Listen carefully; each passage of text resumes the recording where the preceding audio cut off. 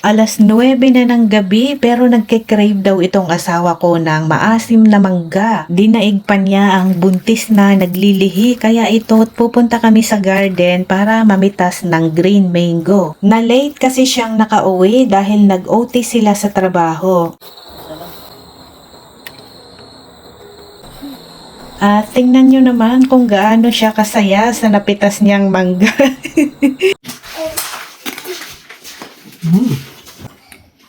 How was it? Look. Hello. Do you like it? Yung mga anak ko ay nainggit sa tatay kaya kumain na rin sila nitong green mango. Maganda itong variety ng mangga na ito kasi hindi siya gaanong maasim. Kaya masarap itong kainin kahit nahilaw pa.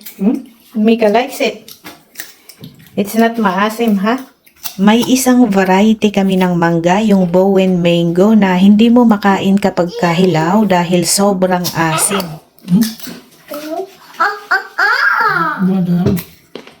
Do you like the green mango also, Mika?